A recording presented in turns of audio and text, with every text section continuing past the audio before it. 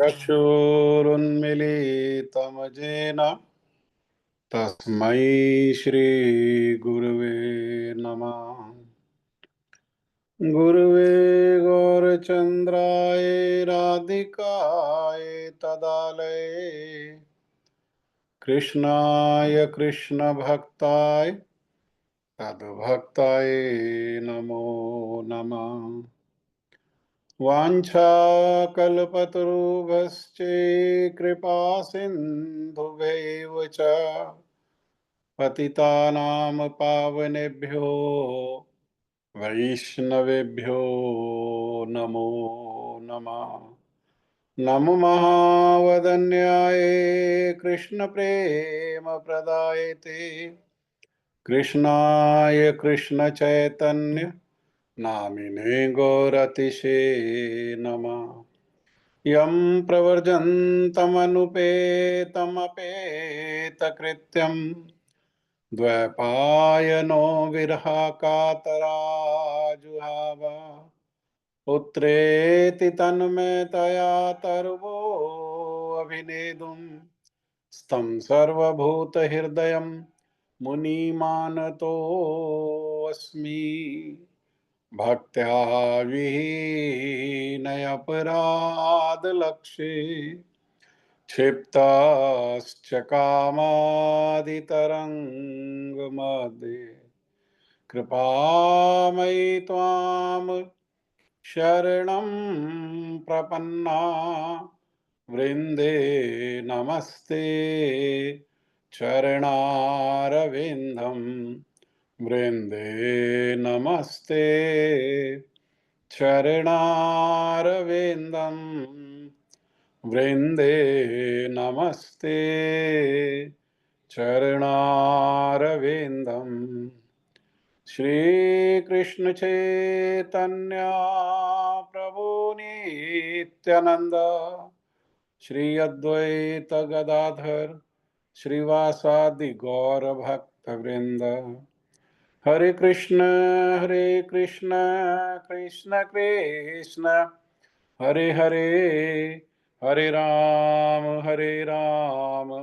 राम राम हरे हरे। मैं सबसे पहले मेरे गुरुपाद पद्मा नित्य लीला प्रविष्ट ओम विष्णुपाद परमहंस परिव्राजकाचार्य अस्तोत्र शत युगाचार्य श्री श्रीमद भक्ति वेदांत शिल नारायण गोस्वामी महाराज जी के अभय चरणारविंद में अनंत कोटि दंडवत प्रणाम करते हुए उनकी कृपा याचना करता हूँ। तदुपरांत नित्य लीला प्रविष्ट ओम विष्णुपाद स्तोत्र श्री श्रीमद भक्ति वेदांत स्वामी महाराज शिल प्रभुपाद जी के चरण सरोज में अनंत कोटि दंडवत प्रणाम। रूपानुगा गुरु परंपरा के चरणों में अनंत कोटि दंडवत प्रणाम। श्रीमद् भगवद गीता ग्रंथ श्रीमद् भगवद गीता के श्रोता वृंद वैष्णव वैष्णवी माता भाई बहन प्रभु आप सभी को मेरा यथा योग्य प्रणाम। आप सभी का मंगलवार की कथा में फिर से एक बार फिर से स्वागत है।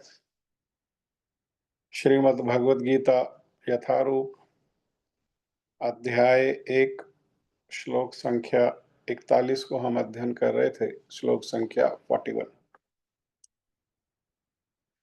ये जो अर्जुन जो उपदेश दे रहे हैं और उपदेश भी भगवान को दे रहे हैं, हाँ, लेकिन ये दया है। वास्तव में इनके हृदय में दया है। दया के कारण ही ये विवश होकर के ऐसा बोल रहे हैं।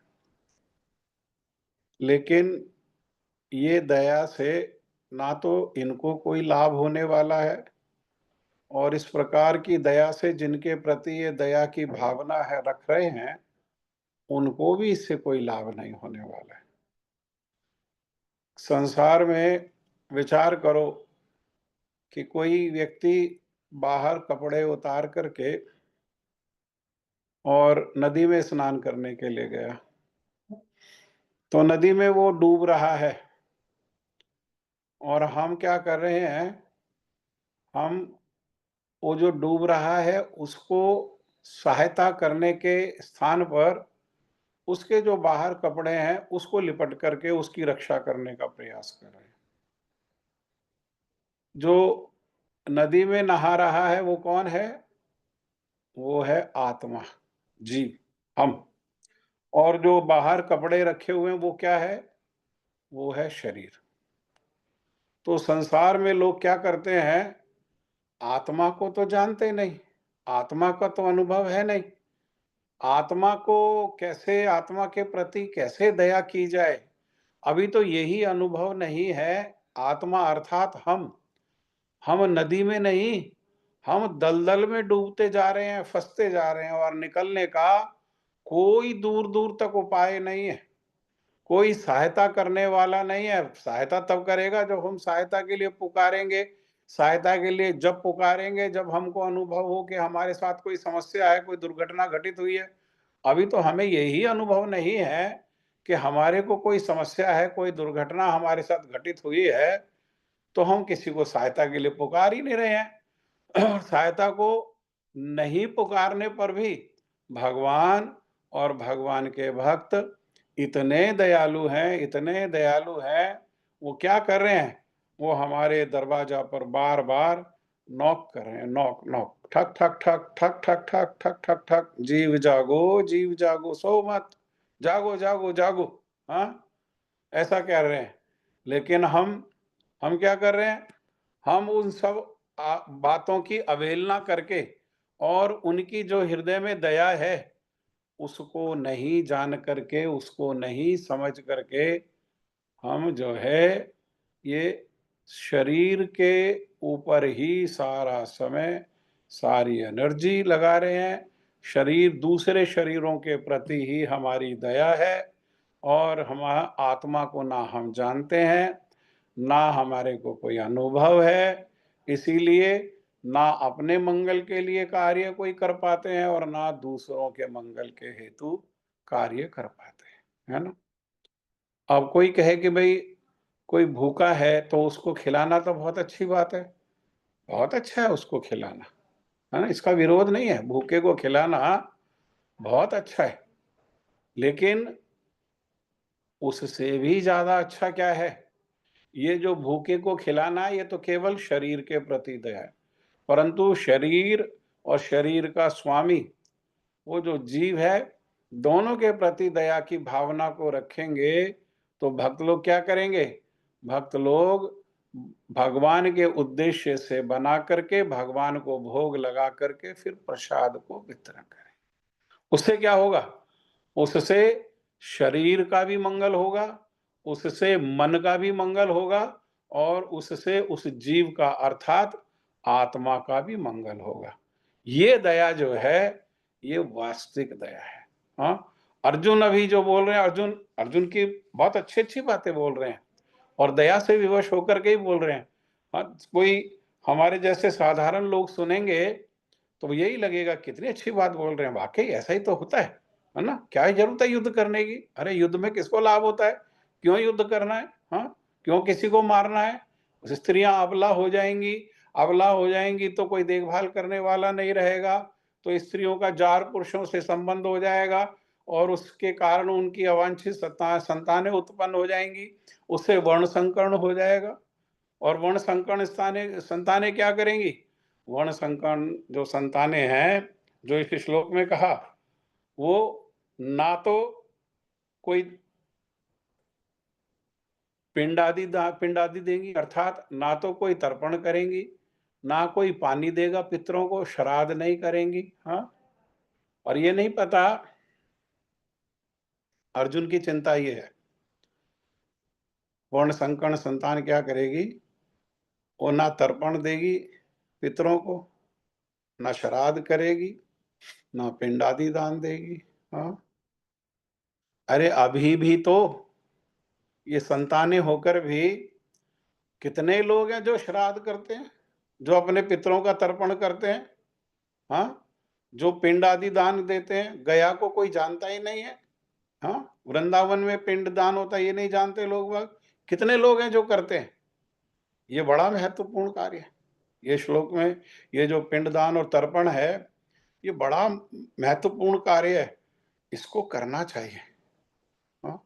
लेकिन हम लोग समझते हैं कि भाई भागवत में बताया है कि जो भक्त लोग हैं, उनको वो किसी के ऋणी नहीं है। हाँ? क्यों? क्योंकि पितृ भी किसके ऋणी है? पितृ भी भगवान के ऋणी है। साधु भी किसके ऋणी है? वो भी भगवान के ऋणी है। माता पिता भी किसके ऋणी है? वो भी भगवान के ऋणी है। तो अपने आप को ऐसा समझ लेते हैं हम तो भक्त है, तो भक्त का वो भगवान को प्रति उत्तरदायी है, भगवान के प्रति सेवा कर रहे हैं, इसलिए हमारा तर्पण करने का कोई दायित्व नहीं है, हमारा पिंडदान करने का कोई दायित्व नहीं है, इस दायित्व से हम फ्री। क्यों? क्योंकि भागवत कह रहा है। कहाँ कह रहा है भागवत? अरे 11वें स्कंद में कह रहा है, 5वें अध्याय में कह रहा है। लेकिन भागवत क्या कह रहा है उसको नहीं जानते, छिप जाते हैं भागवत के, क्योंकि ना तो उन्हें तर्पण करना है, ना उन्हें श्राद्ध करना है, क्योंकि उसमें ना उनकी श्रद्धा है। और वो संसार के लोग सोचते हैं हम जो तर्पण करते हैं, हम जो श्राद्ध करते हैं, उससे हमारे पितरों का, जिन्हें हम मिले नहीं, दादाजी को, दादी जी को, है ना, क्यों उनके ऊपर समय हम अपव्यय करें? हाँ, क्यों उनके लिए पूड़ी कचौड़ी हम बनाए, क्यों पैसा खर्च करें? हाँ, उससे हमारा क्या लाभ है? संसार में लोग सोचते हैं हमारा क्या लाभ होगा? हाँ, हमारा ही लाभ है, हमारे ही पित्र हैं, हम उनके ऋणी हैं। जब तक वो ऋण उतरेगा नहीं, तब तक वो पितृ क्या है, हमें सुखी नहीं रहने देंगे। कोई बैंक से लोन ले ले, और लोन ऋण ले लिया और ऋण लेकर के बस बैठ जाए, तो बैंक उसे चैन से बैठने देगा क्या? कब तक नहीं चैन से बैठने देगा? जब तक अपना लोन इंटरेस्ट के साथ रिकवर नहीं कर लेगा। ऐसे ही पितृ हैं। इसीलिए तो संसार में दोष हो रहा है।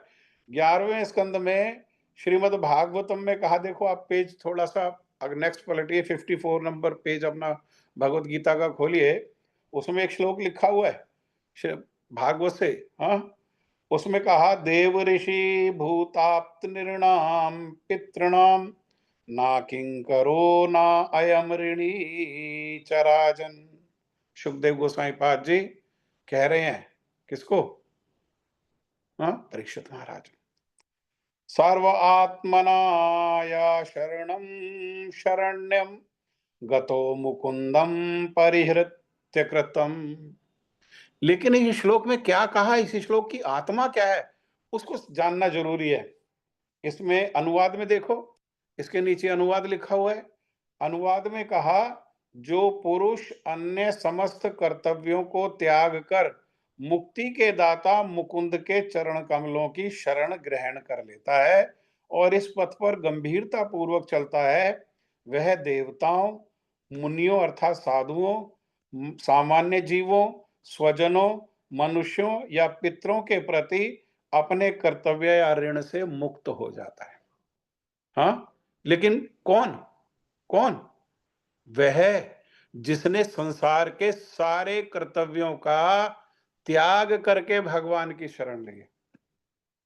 बाकी हम कर्तव्यों का तो पालन करते हैं, बाकी कर्तव्यों का पालन करते हैं, पति पत्नी के प्रति जो एक दूसरे का कर्तव्य है उसको पालन करते हैं, समाज में जो कर्तव्य है उसको पालन करते हैं, शादी में पता नहीं कहाँ कहाँ पहुंच जाते हैं, सत्संग को छोड़ छोड़ करके शादियां शादियां करने पहुंच जाते हैं।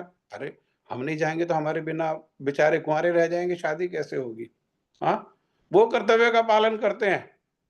हाँ, संतान के प्रति जो कर्तव्य है उसका पालन करते हैं। हाँ? लेकिन ये जो कर्तव्य है इसका पालन नहीं करते। हाँ? किनके लिए है ये? ये किनके लिए, कौन त्याग कर सकता है? ये जो पिंडदान आदि जो है, श्राद्ध आदि, उसका त्याग कौन कर सकता है? वह जिसने अपनी सारी ऊर्जा, अपना सारा समय, अपने सारे कर्तव्य मुक्ति प्रदाता इति मुकुंदा भगवान श्री कृष्ण के चरणों में समर्पित कर दिया है। ऐसे लोग ही, क्यों? क्योंकि अब वो किसके ऋणी नहीं रहे, उनके पास समय ही नहीं है। हाँ, उनके मन में कोई विचार ही नहीं, उनके मन में हर समय क्या विचार है? भगवान की प्रीति, भगवान की प्रसन्नता, भगवान की सेवा। उनका मन भगवान को छोड़ करके अन्यत्र कहीं जाता ही नहीं है। हाँ? हम हम तो आज क्रिकेट मैच है, तो कथा को छोड़ करके मैच देखेंगे, मनोरंजन मनोरंजन करेंगे, लेकिन श्राद्ध और उसके कर्तव्य को पूरा नहीं करेंगे। हाँ, नहीं, इसीलिए भगवान भी जब उत्तम पुरुष की लीला कर रहे हैं, कौन? हाँ, 3 पुरुषोत्तम है ना, एक मर्यादा पुरुषोत्तम राम, एक लीला पुरुषोत्तम कृष्ण और एक प्रेम पुरुषोत्तम श्रीमन चैतन्य महाप्रभु। तो भगवान भी जब आए और वे भगवान राम रूप में क्या कर रहे हैं? उत्तम पुरुष की लीला कर रहे हैं। तब वे अपनी धर्म पत्नी श्री सीता जी को साथ में लेकर के गया में पधारे और गया में पधार करके उन्होंने क्या किया? गया में पधार करके उन्होंने अपने पिताजी को पिंडदान किया। हम उनसे बड़े हैं क्या? उनसे वो करके दिखा रहे हैं। वो क्या करके दिखा रहे हैं कि मनुष्य का ये कर्तव्य है। हाँ? यही नहीं, वे जहां-जहां भी गए, हाँ? वे जहां-जहां भी गए, वहीं-वहीं उन्होंने अपने पिताजी का श्राद्ध किया, अपने पिताजी का तर्पण किया। श्रीमद् भागवत की महिमा में पद्म पुराण से कथा आती है, गोकर्ण और धुंधकारी की। धुंधकारी को जब वैश्याओं ने मार डाला, जला करके और वह प्रेत बन गया, तो गोकर्ण घूमते-घूमते अपने गाँव में आए और अपने घर में जब विश्राम करने के लिए लेटे, तो वो जो प्रेत है अलग-अलग प्रकार की आवाज़ें निकाल-निकाल करके और उनको गोकर्ण को प्रार्थना करने लगा, हाँ, डराने आदि लगा। तो गोकर्ण ने हाथ में जल लेकर के और मंत्रों का उच्चारण करके वो जिस दिशा से आवाज़ आ रही थी, उस दिशा में अर्थात उसके आत्मा, हाँ, के ऊपर छिड़का, हाँ, सूक्ष्म शरीर के ऊपर छिड़का। तब वह साधारण मनुष्य के जैसे बात करने लगा और उसने बताया, मैं तुम्हारा भाई हूँ भाई और मैं प्रेत योनि को प्राप्त हो गया, बहुत कष्ट में हूँ। तब क्या कहा? अरे तुम्हारा उद्धार नहीं हुआ? मैंने तो तुम्हारे उद्देश्य से कहाँ-कहाँ बद्रीनाथ में, गया में, हरिद्वार में, वृंदावन में, मैंने कहाँ-कहाँ तुम्हारे उद्देश्य से पिंडदान किया है। हाँ? अर्थात गोकर्ण भक्त हैं भगवान के। साधु का कृपा है गोकर्ण। गोकर्ण कौन है? साधु की कृपा है। साधु की जो मंत्रों के द्वारा शक्ति डाल करके जो फल दिया, वही फलीभूत हुआ है ये गोकर्ण के रूप में। वो फल ही फलीभूत हुआ है गोकर्ण के रूप में। लेकिन तब भी गोकर्ण क्या कर रहे हैं? गोकर्ण जो है उनके लिए श्राद्ध कर रहे हैं। यही चिंता जो है यहाँ पर अर्जुन कर रहे हैं। तो अर्जुन किसके लिए कर रहे हैं? अर्जुन कह रहे हैं जो वर्ण संकर जो संतान होंगी, हाँ, संकरो नरकायैव कुल घनानाम कुलस्य च पतन्ति पित्रो हि येषां लुप्त पिंडोदक क्रिया। पतंती, अरे जब ये वर्ण संकर्ण जो संतान होगी, अवांछित जो संतान होगी, तो वो क्या करेगी? वो पितरों के लिए ना जल देगी, जल देने का अर्थ है श्राद्ध करना, ना पिंड देगी, पिंड देने का अर्थ है तर्पण, हाँ, पिंडदान करना। और उससे क्या होगा? ना जल मिलने से और ना पिंड मिलने से जो पितृ हैं, जिनसे अपने जीवन काल में जो दोष हुआ है, जो पाप कर्म हुआ है, उसके कारण जो भटक रहे हैं, वो क्या है? वे अगर अपने पुण्य से थोड़ा कहीं ऊपर भी चले गए होंगे, तो वहां से भी उनका पतन हो जाएगा, वहां से भी वे गिर जाएंगे। हम्म? और जब पितृ दुखी होंगे तो किसको दुखी करेंगे? किसको दुखी करेंगे? हर कोई सुखी होना चाहता है ना। मान लो परिवार में 3-4 लोग जो है वो विश्राम कर रहे हैं और रात को एक व्यक्ति को सडनली बहुत तेज कहीं शरीर में, पेट में कोई दर्द होने लगा, तो वो किसको परेशान करेगा? वो किसको चिल्ला-चिल्ला करके, रो-रो करके किसको उठाएगा? किसको उठाएगा? अरे जो अपने परिवार के लोग हैं, जिनसे आशा है कि वे उसे डॉक्टर को दिखाएँगे, कोई दवाई लेकर के आएँगे, कुछ उपचार करेंगे, उसके रोग का निवारण करने का प्रयास करेंगे, जिनसे आशा उन्हीं को तो उठाएगा। पड़ोसियों को जाके थोड़ी उठाएगा कोई, हाँ? नीचे खड़ा होके गली में थोड़ा ना शोर मचाएगा, उन्हीं को उठाएगा, हाँ? उन्हीं को फ़ोन करेगा, उन्हीं को पास में कोई लेटा है तो हाथ से उठाएगा। ये ऐसे ही तो पितृ हैं। पितरों को जो जिसके पितृ हैं, उसी को तो वो उठाएँगे, उसी को तो तंग करेंगे कि भई हम परेशानी में पड़े हुए हैं, हम दुखी हैं, हम क्लेश में हैं और तुम अपना भोग में लगे हुए हो। हमारे प्रति जो दायित्व है, उसको पूरा करो। विशेषकर कलयुग में सभी लोगों को जो दोष होता है, सभी लोगों के जीवन में किसी न किसी प्रकार का जो क्लेश होता है, उसका जो मूल कारण क्या है? वो पितृदोष ही है। हुँ? आप किसी को पूछो कि हमारे जीवन में क्लेश क्या है? किसी ज्ञानी व्यक्ति को पूछो, वो यही कहेगा पितरों के कारण। क्यों? क्योंकि अभी कली का स्पर्श होने पर ही, अभी तो कली प्रारंभ ही हुआ है, 4,32,000 वर्ष जिसकी आयु है, अभी तो 5 साढ़े 5,000 वर्ष ही बीते, तभी इतना पतन हो गया। हुँ? तो अर्जुन जो है, इस बात से परेशान है, इसीलिए ये बात को कह रहे हैं। 42वें श्लोक में कह रहे हैं, दोषेरेते कुलघनानां वर्णसंकरकारके उत्साद्यन्ते जातिधर्मा कुलधर्माश्च शाश्वत। दोषेरेते कुलघनानां वर्णसंकरकारकै उत्साद्यन्ते जातिधर्मा कुलधर्माश्च शाश्वत।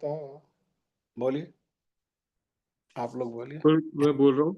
हाँ, बोलिए। वीडियो ऑन करो।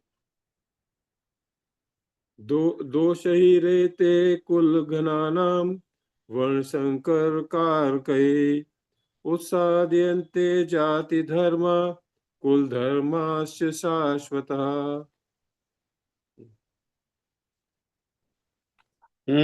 रेतै कुलघ्नानां वर्णसंकरकारकैः उत्साद्यन्ते जातिधर्माः कुलधर्माश्च शाश्वताः।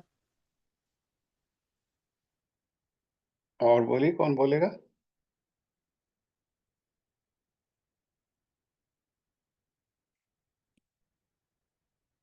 और किसी की इच्छा है बोलने की? सॉरी, मैं बोल रही प्रभु जी। बोलिए, बोलिए।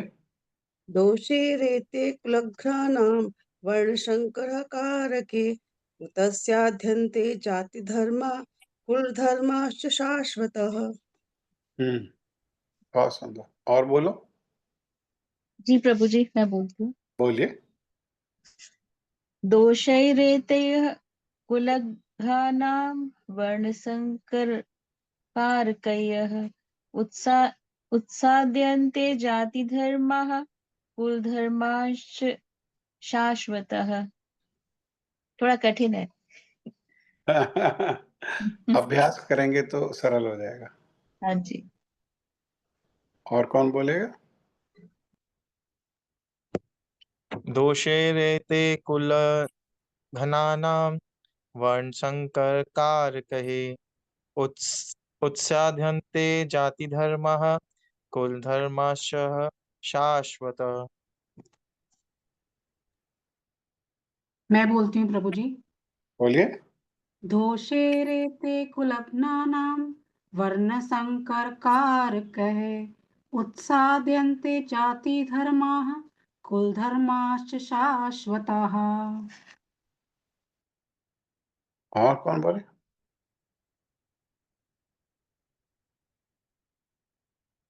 वंदना चौहान बोलेंगे? कौन बोलेगा? और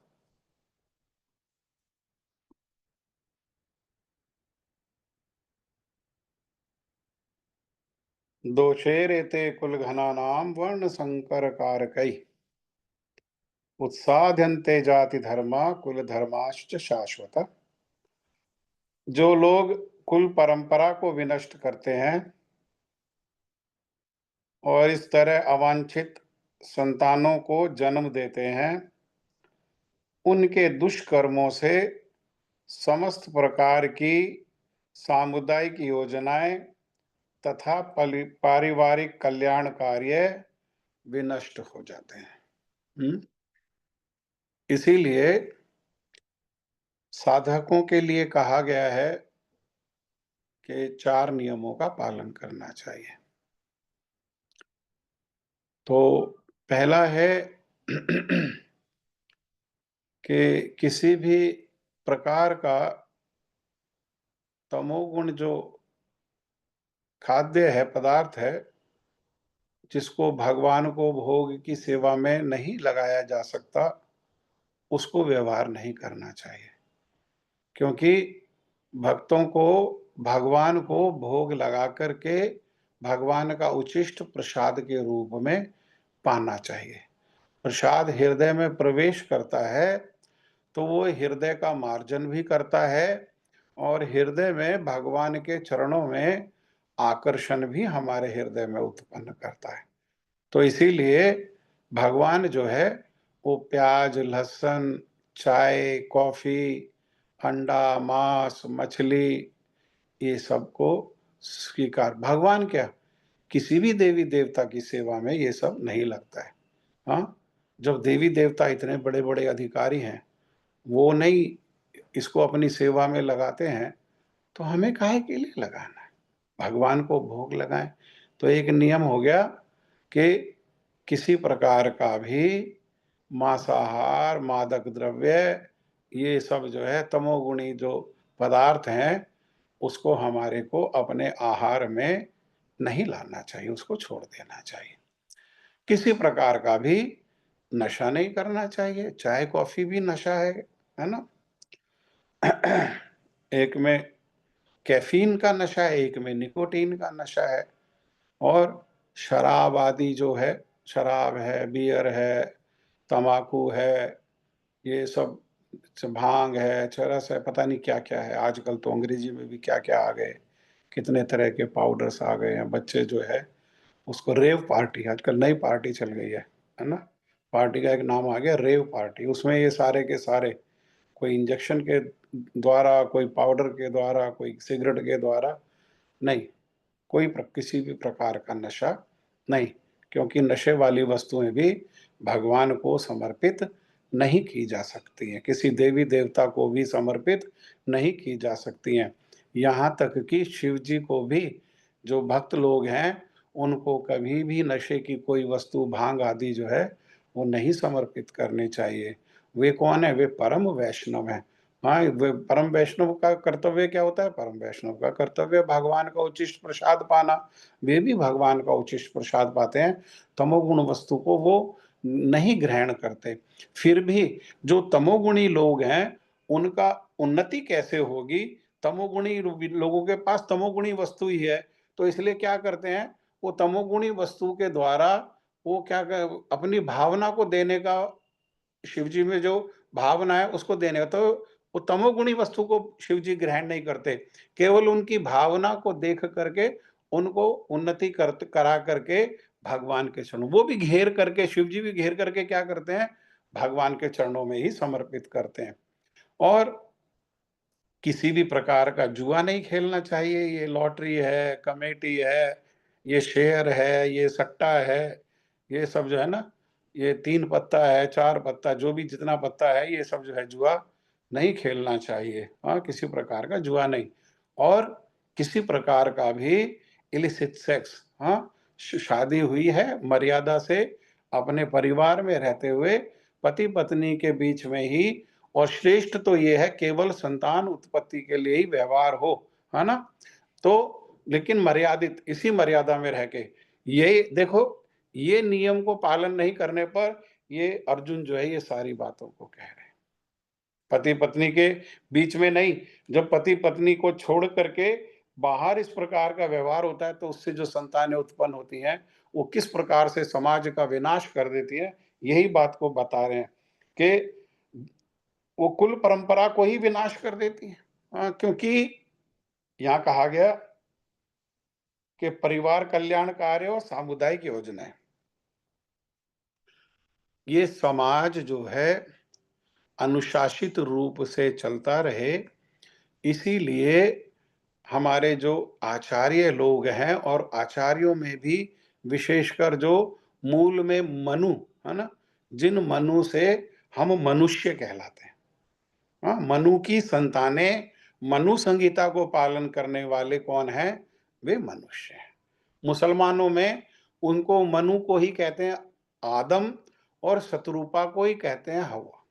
हवा कहते हैं, हवा कहते हैं, पता नहीं क्या क्या बोलते हैं आदम के। इस पर और आदम से क्या शब्द आता है? आदम से शब्द आता है आदमी। आदमी, सनातनी क्या बोलते हैं उसको? मनुष्य। उर्दू भाषा में क्या बोलते हैं उसको? आदमी। हाँ, आदम से आदमी, मनु से मनुष्य। हाँ, स्वयंभू मनु जो है उनकी संतानें कौन है? मनुष्य।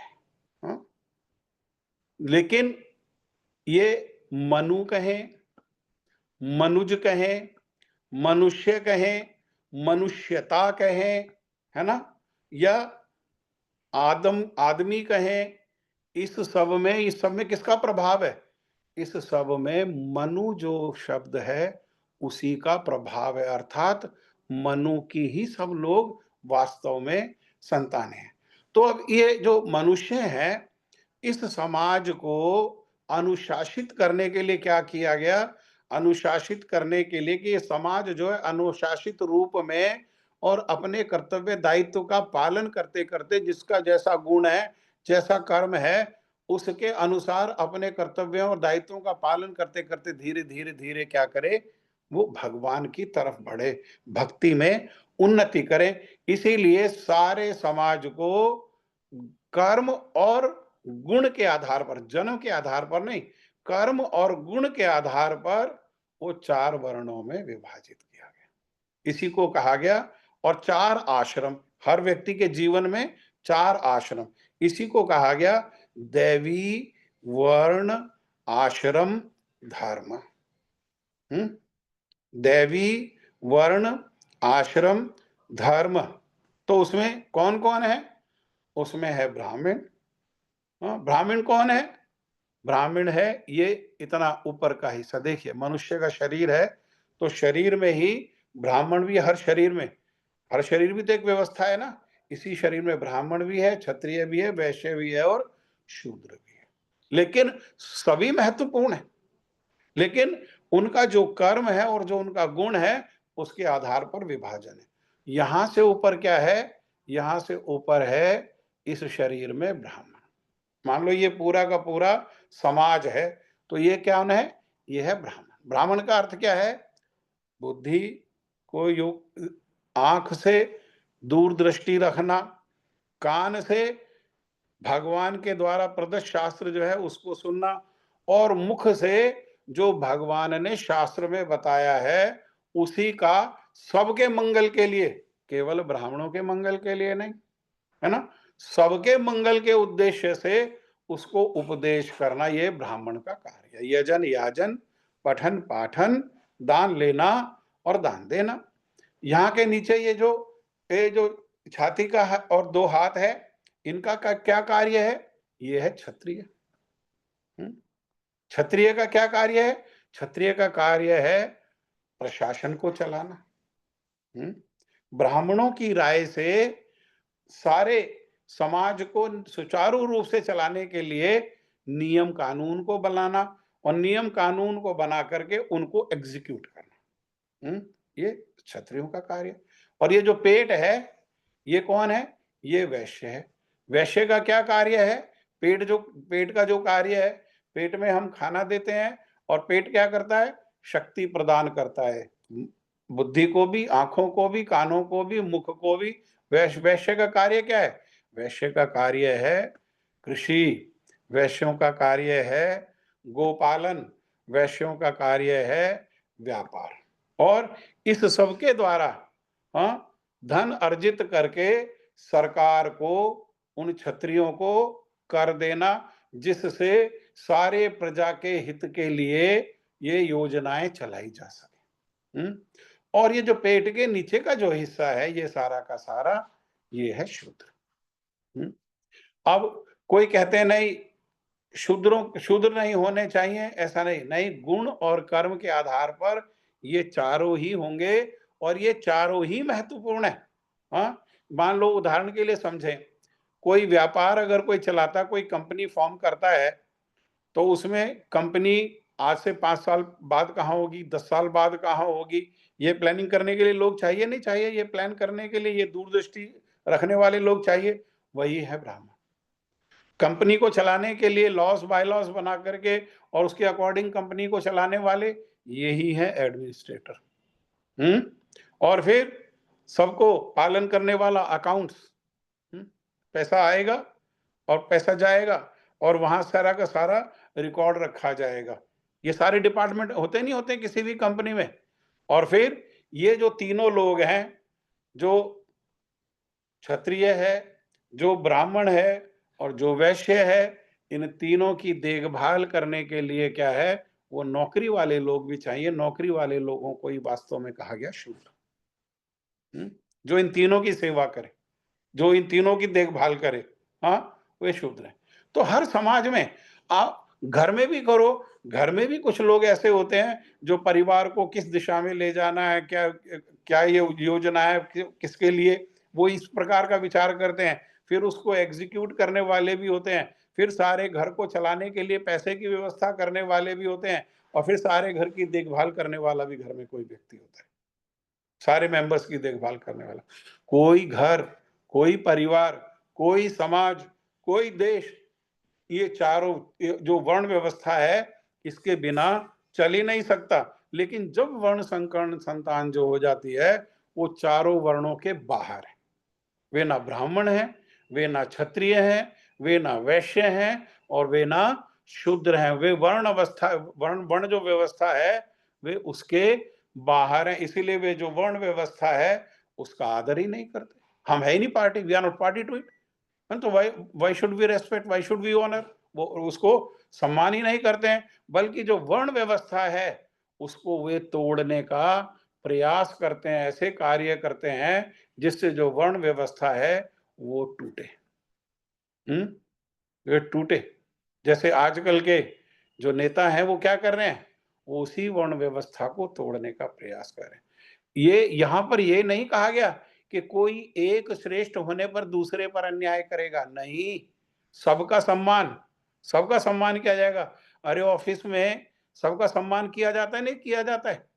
हाँ, जो प्लानिंग करने वाले हैं, जो एग्जीक्यूट करने वाले हैं, जो कैश की देखभाल, बैंक की देखभाल करने वाले हैं, जो और सेवा करने वाले हैं, सबको सम्मान करना, अपमान किसी को नहीं। सभी वर्ण व्यवस्था के जो है वो सदस्य हैं। लेकिन ये वर्ण व्यवस्था को क्या करते हैं, ये वर्ण व्यवस्था को छिन्न भिन्न कर देते हैं। उनका कोई कर्तव्य ही नहीं है, क्योंकि वो किसी वर्ण में नहीं है, तो उनका कोई कर्तव्य नहीं। ब्राह्मणों का कर्तव्य है, क्षत्रिय का कर्तव्य है, वैश्यों का कर्तव्य है, शूद्रों का कर्तव्य है। लेकिन जो चौथा, चारों से बाहर है, जो पांचवा है, उसका कोई कर्तव्य ही नहीं है। वो फिर क्या करते हैं, वो हेडलेस होकर के, बिना किसी गाइडेंस के, बिना किसी कंट्रोल के, ये चारों क्या करते हैं, गाइडेंस को फॉलो करते हैं। मनु के द्वारा जो गाइडेंस है, उस मनु संहिता को पालन करते हुए वो ये समाज में चलते हैं। लेकिन वो जो पांचवा है, वो किसी को स्वीकार ही नहीं करता, वो किसी को अथॉरिटी स्वीकार नहीं करता है। और फिर वो क्या करता है, वो उल्टे सीधे कार्य करता है। इससे क्या है, इससे कुल धर्म जो है और वर्ण आश्रम जो धर्म है, वो दोनों के दोनों विनाश को प्राप्त हो जाते हैं और समाज जो है वो धर्म विहीन हो जाता है। धीरे धीरे धीरे धीरे धीरे वो समाज क्या होता है, वो धर्म विहीन हो जाता है ना। जैसे आजकल के जो राजा हैं, जो नियम बनाने वाले हैं, वो क्या कर रहे हैं, वो समाज को नष्ट कर रहे हैं। हाँ, समाज को नष्ट कर रहे हैं। कैसा कैसा नियम, कैसा कैसा कानून बना रहे हैं। बिना विवाह किए हुए युवक और युवती एक साथ रह सकते हैं, पति पत्नी के जैसे। हाँ, ये कहाँ से आ गया? ये क्या हमारे यहाँ तो नहीं है। ये हमने क्या किया है, ये हमने कॉपी किया है। किनको कॉपी किया है? जो लोग सफर कर रहे हैं, जो लोग इस सुविधा को रख करके, इस कानून को बना करके, हमने इसको बोरो किया है। कहां से बोरो किया है? वेस्ट से बोरो किया है। वेस्ट में आप जाएंगे, टूरिस्ट बन के नहीं जाइए, वहां उन लोगों के साथ रहो, उन लोगों से बातचीत करो, उन लोगों से विचार पूछो। वहां सबसे बड़ी प्रॉब्लम क्या है? वेस्ट की सबसे बड़ी प्रॉब्लम क्या है? वेस्ट की सबसे बड़ी प्रॉब्लम है सिंगल मदर। क्यों? क्योंकि जब युवा थे तो तब भोग हुआ, भोग के कारण संतान हो गई। अब क्या है? अब जो है मन कहीं और लग गया, तो उससे क्या हो गया? वो व्यक्ति चला गया। माँ भी है, बच्चा भी है, माँ का भी आचरण नहीं है और वो तो छोड़ के चला ही गया, वो उसका भी आचरण नहीं है। ये उसके साथ और वो उसके साथ कैसा-कैसा परिचय देते। मैं हॉलैंड में रोटेरडम में एक फैमिली के पास लेकर के गए मेरे को, है ना? तो वो फैमिली में हस्बैंड वाइफ, और मैंने देखा कि बच्चे की तो लाइन ही लगी हुई है, 8-10 बच्चे हैं। हाँ, तो उसके हस्बैंड ने परिचय कराया कि मेरा नाम ये है, ये मेरी वाइफ है, इसका नाम ये है, ये 3 बच्चे इसके हैं, लेकिन I am not a party to it. ये 2 बच्चे मेरे हैं, but she is not a party to it. और ये जो 3 बच्चे हैं ये हमारे हैं।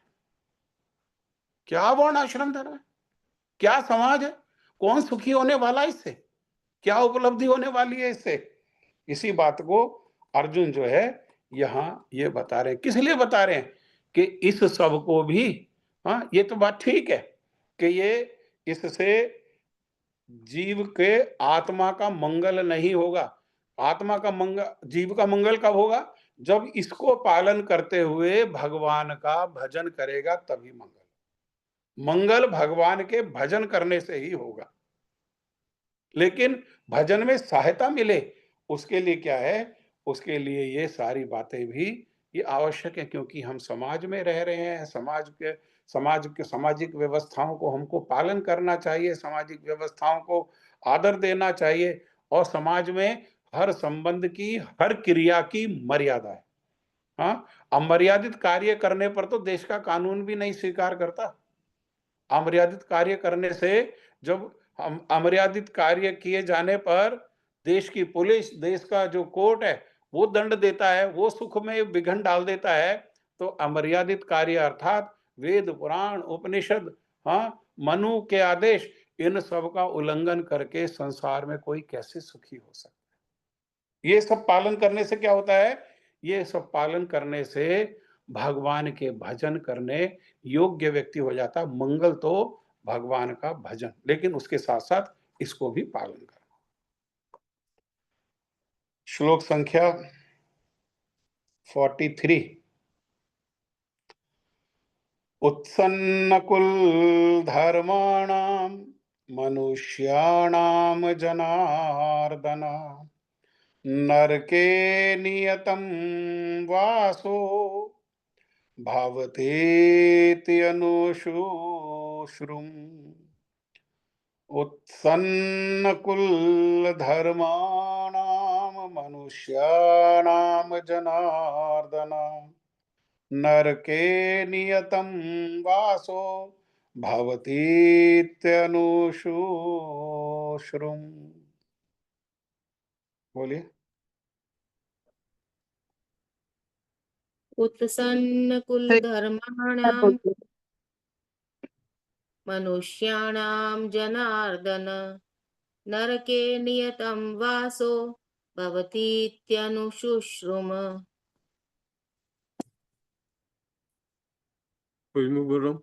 उत्सन्न कुल धर्माणाम मनुष्याणाम जनार्दन नरके नियतम वासो भक्ति अनुशुश्रुम।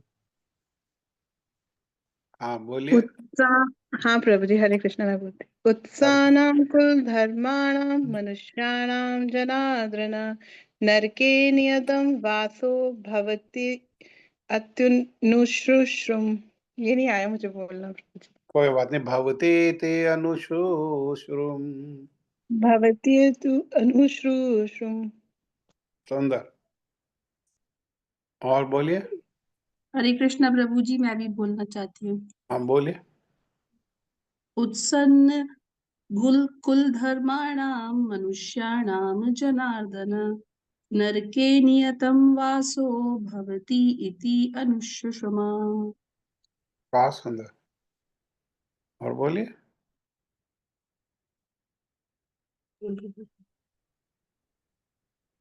उत्सन्ना कुलधर्माणां मनुष्याणां जनार्दनम् नरके नियतं वासो भवति इत्यनुशुश्रुम। हमारा जो ये प्रयास है वो पूर्ण रूप में सफल उसी दिन होगा जिस दिन जितने लोग अटेंड कर रहे हैं कथा को, सभी लोग श्लोक को बोलेंगे। सभी लोग बोलिए इसीलिए। और कौन बोलना चाहते हैं? हरे कृष्णा प्रभु जी, दंडवत प्रणाम। दंडवत नीता मैं दीदी, वीडियो मैं ट्राई करूंगी। प्रभु जी वीडियो खोलने के लिए मत बोलिए। तिलक तिलक नहीं लगाया, कोई बात नहीं। अगर कोई समस्या है तो लगा सकते। चलो, आपकी इच्छा है। नहीं, कोई नहीं, नहीं मैं खोलती प्रभु जी। हम्म उत्सन्नां कुलधर्माणां मनुष्याणां जनार्दन नरके नियतं वासा भवति इति अनुशुश्रुम। बहुत सुंदर। और कौन बोलेंगे? हरे कृष्णा प्रभु जी, दंडवत प्रणाम। हरे कृष्णा जी, भारती दीदी की जय हो। वीडियो कहाँ है? पिछली बार, हाँ बोलिए। उत्सन्न कुल धर्माणां मनुष्याणां जनार्दन नरके नियतं वासो भवतीत्य अनुशुश्रुम। बहुत सुंदर। और भी बोलो। सभी आप लोग सभी ऐसा बोल सकते हो। ट्राई करके देखो। अगर एक आधी बारी अटकेंगे तो दूसरी तीसरी बारी में तो बड़ी सफलता मिल जाएगी। कोशिश तो करो। मैं बोलती हूँ प्रभु जी। हाँ जी उत्सन्न बोलिए। धर्माणां मनुष्याणां जनार्दन नरके नियतं वासो भवतीत्यनुशुश्रुम। बहुत सुंदर। और किसी की इच्छा है बोलने की? हे प्रजापालक कृष्ण, क्योंकि यहाँ नाम क्या दिया है? जनार्दन। जनार्दन का अर्थ है नारायण। हाँ, जनार्दन का अर्थ क्या है? नारायण। नारायण क्या संधि विच्छेद करेंगे तो नर जमा आयण। नारायण मतलब नर जमा आयण। नर का अर्थ क्या है? आत्मा। अर्थात जो सारे जीवों का, आयण माने आश्रय, जो सारे जीवों का आश्रय है वो कौन है? वो नारायण है, वो जनार्दन है। ठीक है। हे प्रजापालक कृष्ण, मैंने गुरु परंपरा से सुना है। देखो कितनी सुंदर बात कह रहे हैं अर्जुन। अर्जुन किसको पालन करते हैं? गुरु परंपरा को। हाँ, इसको गुरु परंपरा को ही कहते हैं श्रोतवाणी। क्या कहते हैं इसको? श्रोतवाणी। जब प्रमाण कहते हैं तो प्रमाण को लोग समझते हैं कि जो लिखा हुआ वही प्रमाण है। जो लिखा हुआ है वह भी प्रमाण है, और जो श्रोतवाणी है वो अधिक प्रबल प्रमाण है। अर्थात जो गुरु परंपरा से मिला है वो भी प्रमाण है, जो गुरु वर्गों ने कहा है। गुरु वर्गों ने कहा है परंतु शास्त्र में नहीं है तो हम रिजेक्ट कर देंगे, नहीं ये प्रमाण नहीं है। ऐसा नहीं है। गुरु परंपरा से जो मिलता है वो भी प्रमाण है। और तीसरा जो प्रमाण है, अनुमान को भी शास्त्रों ने प्रमाण कह करके स्वीकार किया है ना? प्रमाण कह करके स्वीकार किया। जैसे कोई किचन में काम कर रहा है तो वहां कोई बैठा नहीं है, दूर बैठा व्यक्ति है, लेकिन वहां से धम से आवाज आई तो क्या अनुमान लगाते ना, कोई गिर गया तो गिरा या नहीं गिरा? धम से आवाज आई तो कोई तो गिरा, चाहे बर्तन गिरा, हाँ, चाहे व्यक्ति गिरा, कोई तो गिरा, तो वो भी प्रमाण है। इस प्रकार से कई लोग रिजेक्ट कर देते हैं कि जो लिखा हुआ, कहाँ लिखा हुआ दिखाओ हमको, नहीं लिखा है, रिजेक्ट। नहीं, ये नहीं लिखे होने पर भी, इसीलिए इन्होंने गुरु परंपरा को कहा। कह रहे मैंने गुरु परंपरा से सुना है जो लोग कुल धर्म का विनाश करते हैं वे सदैव नरक में वास करते हैं। अर्जुन कह रहे हैं कि प्रभु मैं इन लोगों को मार डालूंगा। मारने का परिणाम स्वरूप जो है वो स्त्रियां विधवाएं हो जाएंगी, अकेली हो जाएंगी, उनको वर्ण संकर्ण संतान होगी। वर्ण संकर्ण संतान जो है वो पितरों को तर्पण नहीं करेंगी, पितृ नरक में चले जाएंगे। और ये सब इसलिए मैं भी क्या, वो स्त्रियां भी नरक में चली जाएंगी, वो संतानें भी नरक को जाएंगी, और ये सब मेरे कारण हुआ, मैं भी कहाँ जाऊंगा, मैं भी जो है वो नरक को चले जाऊंगा। ऐसा कार्य करने से क्या लाभ है प्रभु? ऐसा कार्य करने में मुझे कोई लाभ नहीं दिखाई दे रहा। अर्जुन जो है यही बात को वो कह रहे हैं। और उन्होंने ये बात सुनी कहाँ है? उन्होंने ये बात सुनी है अपने गुरु परंपरा से, और गुरु परंपरा से सुन करके उसको रियलाइज किया है, उसको अपने जीवन में अनुभव किया है। क्योंकि 4 प्रकार के वर्ण हैं और 4 प्रकार के जो है वो आश्रम भी है। हाँ हाँ, 4 प्रकार के आश्रम क्या है? ब्रह्मचर्य, गृहस्थ, वानप्रस्थ और सन्यास। हाँ, पहले 25 वर्ष ब्रह्मचर्य का पालन करते हुए शिक्षा को ग्रहण करें। फिर 25 वर्ष होने पर फिर स्वतंत्रता है। जो लोग अपने इंद्रियों को उस प्रकार, इंद्रियों के वेग को सहन कर सकते हैं, समाज में उत्पात किए बिना, वो लोग सीधा संन्यास आश्रम को ग्रहण कर सकते हैं। लेकिन जिन लोगों के हृदय में अभी कुछ कामनाएं, वासनाएं, इच्छाएं बाकी हैं, वो भी गलत नहीं है। उनको क्या करना चाहिए? उनको मर्यादा पूर्वक गृहस्थ आश्रम में पति पत्नी के रूप में प्रवेश करना चाहिए। 25 साल दिया गया गृहस्थ आश्रम में रह करके विषयों के भोग के लिए, कि अपने भोग की जो इच्छा है, वो जो प्रबल इच्छा है, उसको भोगो। लेकिन भोगने पर क्या होगा? भोगने पर पाप कर्म होगा। तो पाप कर्म के लिए क्या करना पड़ेगा? अब भाई पाप कर्म के लिए अंतिम आयु के अंत में, अर्थात विशेषकर वृद्धावस्था में, ये वृद्धावस्था किस लिए आता है? पश्चाताप करने के उद्देश्य से। जो हमने त्रुटियां की हैं, गलतियां की हैं, हमने अपनी आंखों से देखा है।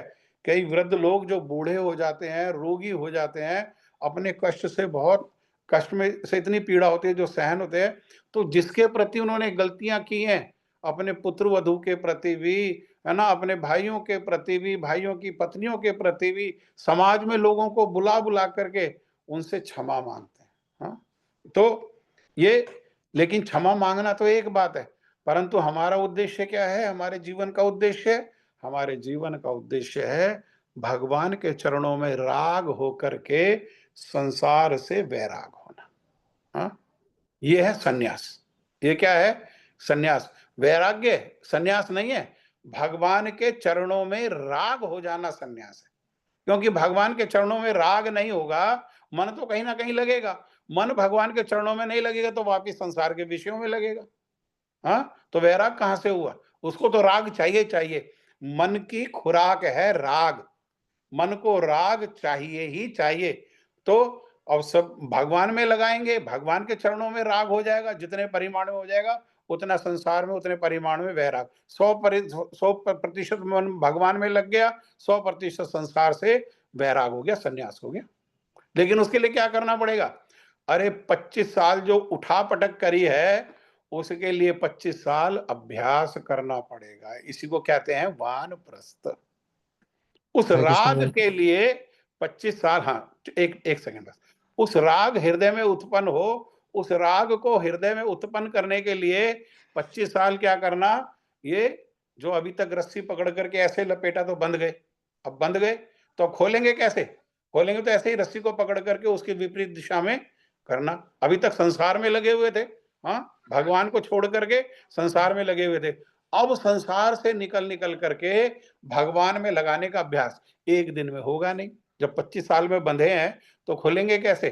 25 साल लगाने पड़ेंगे।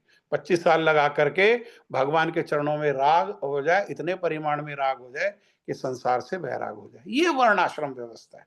कितने, है ना, सुंदर व्यवस्था, कितनी सुंदर व्यवस्था है हमारे। इसीलिए कहा गया धर्म, अर्थ, काम, मोक्ष और पंचम पुरुषार्थ भक्ति। भक्ति। अरे धर्म का पालन करो, धर्म के रास्ते पर चलते हुए, धर्म कौन सा? वर्ण आश्रम धर्म को पालन करते हुए अर्थोपार्जन करो, उससे भोग करो। धर्म, अर्थ, काम, काम माने भोग, उससे भोग करो। और फिर आगे मोक्ष की तैयारी क्या है? वानप्रस्थ। और वानप्रस्थ करते करते करते करते भगवान के चरणों में जो श्रेष्ठतम, हाँ, जो स्थिति है, जो पंचम पुरुषार्थ है, वो है भक्ति। वर्णाश्रम, ये वर्णाश्रम धर्म है। ठीक है। तब जप करिए। हरे कृष्णा प्रभु जी। ओम स्थान होने से इतना दयालु है, इतना दयालु है कि वो अपराध को स्वीकार नहीं करता। अपराध भंजन स्थान है।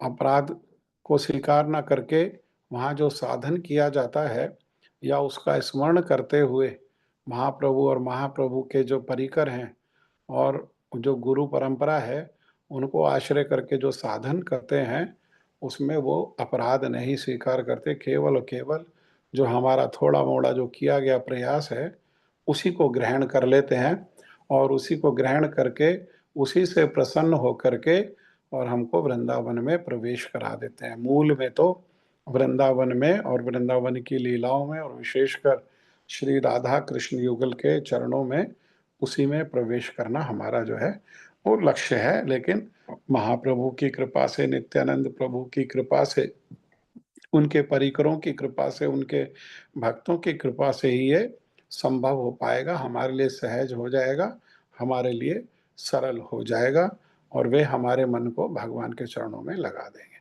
हमने जो कथा सुनाया था आपको कि किस प्रकार से वो देवानंद पंडित ने और श्रीवास पंडित के चरणों में अपराध हुआ, उनके जो शिष्य लोग हैं उन्होंने उठा करके उनको सभा से निकाल दिया और वो देखते रहे, रोका नहीं उनको। तो अपराध हुआ। तो अपराध होने के कारण, अपराध मतलब राध मने प्रेम, अप मने बाधा। वो जो भगवान में प्रेम है वो उसमें बाधा आ जाती है, उसमें बैरियर आ जाता है। हाँ, उसमें जो है डेड एंड आ जाता है, फिर वापस आकर के और फिर मोड़ लेकर के फिर वापस बहुत समय लग जाता है। और उनके भजन में जो बाधा हुई तो उनका अपराध भी कहाँ क्षमा हुआ? यही ये नवदीप धाम के अंतर्गत ही श्री कोलद्वीप, जहाँ पर हमारे परम गुरुदेव ने आश्रम जो है वो बनाया, उसी कोलद्वीप में ये श्री देवानंद पंडित के अपराध जो है वो भंजन हुआ। उनका अपराध को क्षमा हुआ श्रीवास प्रभु की कृपा से। तो इसीलिए वहां पर हमारे परम गुरुदेव ने क्या किया? श्री देवानंद गौड़िया मठ की स्थापना कर दी। इसी प्रकार से इंद्र से जो अपराध हुआ, उनका अपराध भी भंजन कहाँ हुआ? यही नवदीप धाम में ही। हाँ, और ब्रह्मा जी से जो हुआ वो भी कहाँ क्षमा हुआ? वो भी यही क्षमा हुआ। हाँ, इस प्रकार से अनेक भक्तों के द्वारा जो उनके प्रेम, भगवान की सेवा के द्वारा जो प्रेम है, उसकी उपलब्धि में जो बाधा आई, जो दूरी हुई, वो अपराध हुआ, तो वो कहाँ क्षमा हुआ? ये अपराध भंजन स्थान। तो जो लोग जा सकते हैं उन लोगों को जाना चाहिए। किसी कारण से, स्वास्थ्य के कारण से, किसी परिवार की व्यस्तता के कारण से और किसी कारण से नहीं जा पा रहे हैं, तो गुरुदेव की कथाओं के माध्यम से वहाँ मन को, जहाँ हमारा मन होता है हम वहीं होते हैं, मन को श्री नवदीप धाम में रख करके और गुरु जी जैसा कथाओं में सुनाते हैं वैसा कथाओं का स्मरण करते हुए हम लोग भजन करें। हाँ, इस प्रकार से हमको श्री राधा कृष्ण युगल की चरणों की उपलब्धि सहज और सरल रूप में प्राप्त होगी। ठीक है।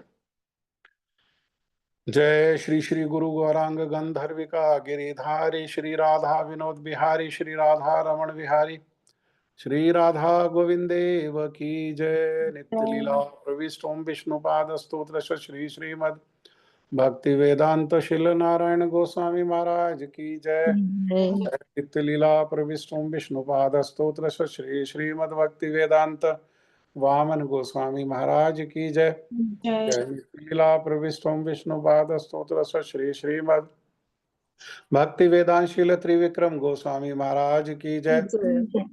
लीला प्रविष्ट ओम विष्णुपाद स्तोत्र श्री श्रीमद भक्ति विज्ञान शील भारती गोस्वामी महाराज की जय। जय नित्य लीला प्रविष्ट ओम विष्णुपाद स्तोत्र श्री श्रीमद भक्ति वेदांत स्वामी महाराज शील प्रभुपाद की जय। जय नित्य लीला प्रविश्वम विष्णुपाद स्तोत्र श्री श्रीमद भक्ति प्रज्ञान श्री केशव गोस्वामी महाराज की जय। जय नित्य लीला प्रविश्वम विष्णुपाद स्तोत्र श्री श्रीमद भक्ति दैत माधव गोस्वामी महाराज की जय। जय नित्य लीला प्रविश्वम विष्णुपाद स्तोत्र श्री श्रीमद भक्ति रक्षक श्रीधर गोस्वामी महाराज की जय। जय नित्य लीला प्रविश्वम विष्णुपाद स्तोत्र श्री श्रीमद भक्ति प्रमोदपुरी गोस्वामी महाराज की जय। जय नित्य लीला प्रविश्वम विष्णुपाद स्तोत्र श्री श्रीमद भक्ति श्री रूप सिद्धांति गोस्वामी महाराज की जय। जय नित्य लीला प्रविश्वम विष्णुपाद स्तोत्र श्री श्रीमद जगत गुरु शील भक्ति सिद्धांत सरस्वती ठाकुर शील प्रभुपाद की जय हो। महाभागवत गौर किशोर दास बाबा जी महाराज की जय। सप्तम गोस्वामी श्री सच्चिदानंद भक्ति विनोद ठाकुर की जय। वैष्णव सार्वभौम श्री जगन्नाथ दास बाबा जी महाराज की जय। गौड़ीय वेदांताचार्य शील बलदेव विद्याभूषण की जय। रसिक चूड़ामणि शील विश्वनाथ ठाकुर पाद की जय। श्री नरोत्तम श्रीनिवास श्री श्यामानंद प्रभु त्रय की जय। शील कृष्णदास कविराज गोस्वामी प्रभु की जय। शील रूप सनातन भट्ट रघुनाथ श्री जीव गोपाल भट्ट दास रघुनाथ षड गोस्वामी प्रभु की जय। श्री स्वरूप दामोदर श्री राय रामानंद आदि गौर पार्षद वृंद की जय। लीलाचार्य हरिदास ठाकुर की जय। अनंत कोटि वैष्णव वृंद की जय। रूप अनुग गुरु वर्ग की जय। स्वपरिकर श्री गौर हरि की जय।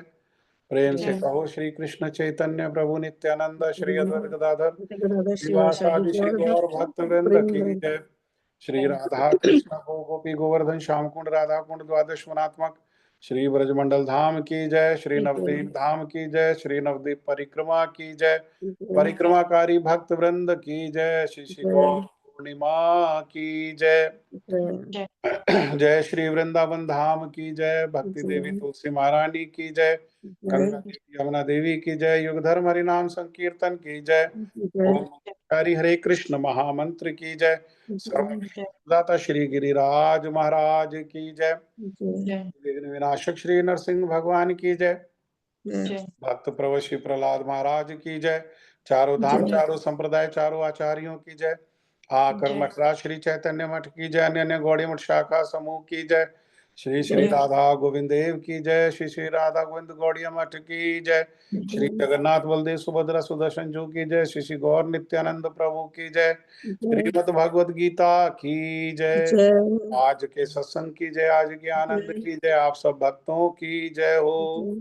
निताई गौर प्रेमानंदे हरि हरि हरि हरि बोल। हरे कृष्ण राधे राधे। हरे कृष्ण प्रभु जी। प्रभु जी दंडवत प्रणाम। हरे कृष्ण।